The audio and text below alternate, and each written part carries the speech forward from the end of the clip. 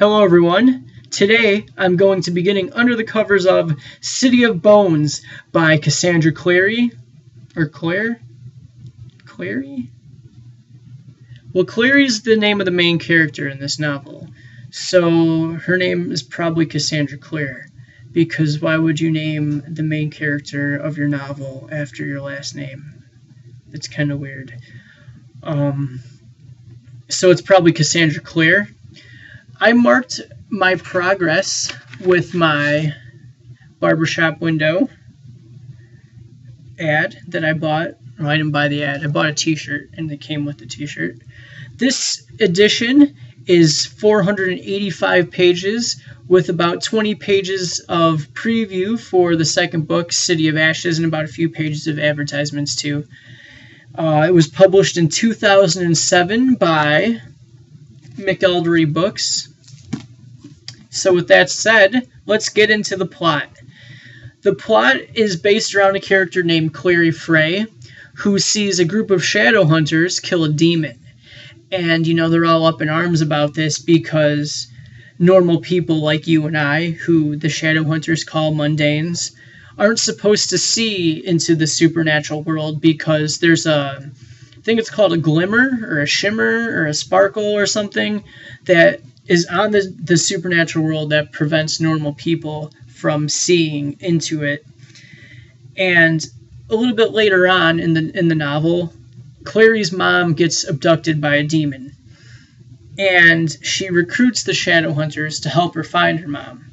But then the plot shifts, and then they have to go on a little quest to find the mortal cup, and supposedly that's supposed to lead them to her mom. And then the plot, takes twists and turns throughout, and it gets a little bit convoluted, but I'm going to get into that later. What I liked about this novel was I thought the story was very interesting.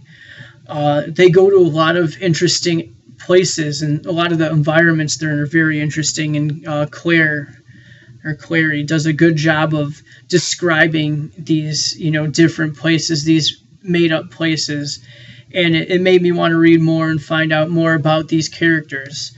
Because some of the characters were very interesting. Even some of the minor characters who didn't really have a big part to play, I thought they were very interesting. And I thought they were interesting because you couldn't really tell at times if a character had good intentions or bad intentions, or if they were a good character or a bad character, because there's isn't much, black and white. There's not much good versus, who's good, who's bad. There's a lot of in between and a lot of shades of gray. And I thought that made the story more realistic.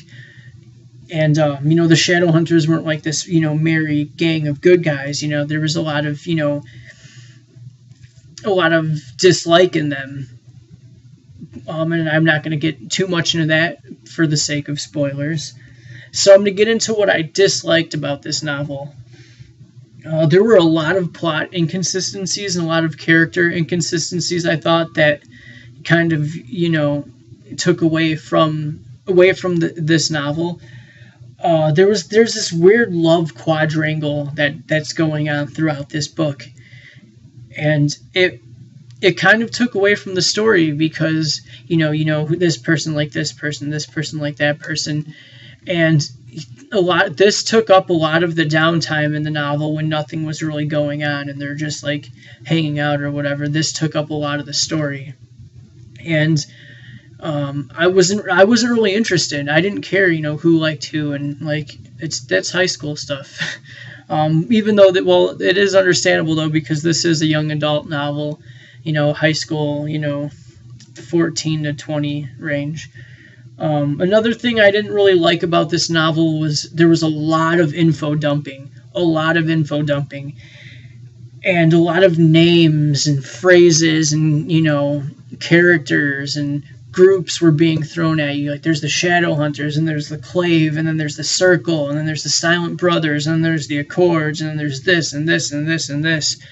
And it was so confusing because I didn't know if were the Shadow Hunters in the Clave or were they in the Circle. Is the Clave the good guys or is the Clave the bad guys? Is the Circle the good guys? I thought that was very, very confusing. And it kind of took away from the novel for me. And like as I said before, there's a lot of info dumping, and like it'll introduce a character, and then they'll talk about the backstory, and then another character will be introduced, and then they talk about the backstory, but it's a lot of the same backstory another character mentioned. So it was kind of dumbed it down for me. And it's like, okay, well, here's what's going on, here's what's going on, here's what's going on, here's the past, here's who they are now. And I didn't like that, because I kind of wanted things to be a little bit more mysterious, because I kind of feel like Clary, blows her load in this novel, because it's the first novel in the series. You want to get all that background stuff out of the way, but you kind of want to leave a little bit to the imagination for you to run and read the second book. And she just throws it all out there, and I kind of don't know what to, I kind of don't know what to expect from the second novel, because I already know a lot of stuff that happened already. And it's not like I don't know what to expect in a good way. It's kind of like I don't know what to expect in a bad way, because I don't know where the story goes from here. So with all that said, I don't want to dump on the book too much. So I'm going to get into my final thoughts, and I'm going to give it a rating. Like I said before, I thought the story was confusing, and there were a lot of inconsistencies, and that really took away from this novel for me. I thought it was good because there were a lot of plot twists and a lot of character twists. But to me anyways, I felt like they were very predictable. Or I felt like some of the minor characters weren't developed enough to the point of when one of them turned, it didn't have as much impact for me. I also felt like this novel was supernatural meets Star Wars meets Harry Potter meets Twilight, and she kind of took what she liked from each one and threw it into her novel, and she kind of makes like this, nerd soup.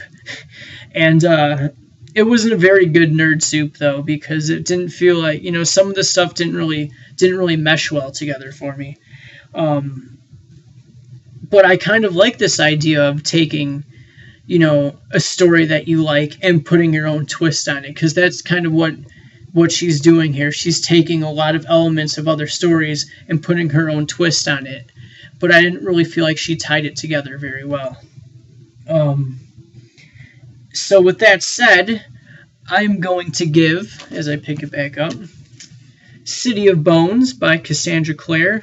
I'm going to call her Claire, because I don't want to call her Clary, because Clary is the main character in her book.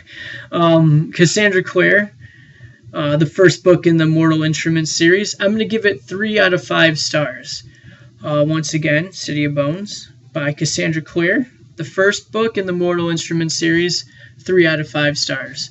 And I'm so glad I didn't get the movie cover when I bought this. I'm even kind of annoyed that there's like a little sticker, advertising the movie on there. So that's all I really have for you. I'll announce my next book a little bit later on in the week, maybe. Maybe I'll just let it be a surprise. So that's all I really have for you tonight. So see you later.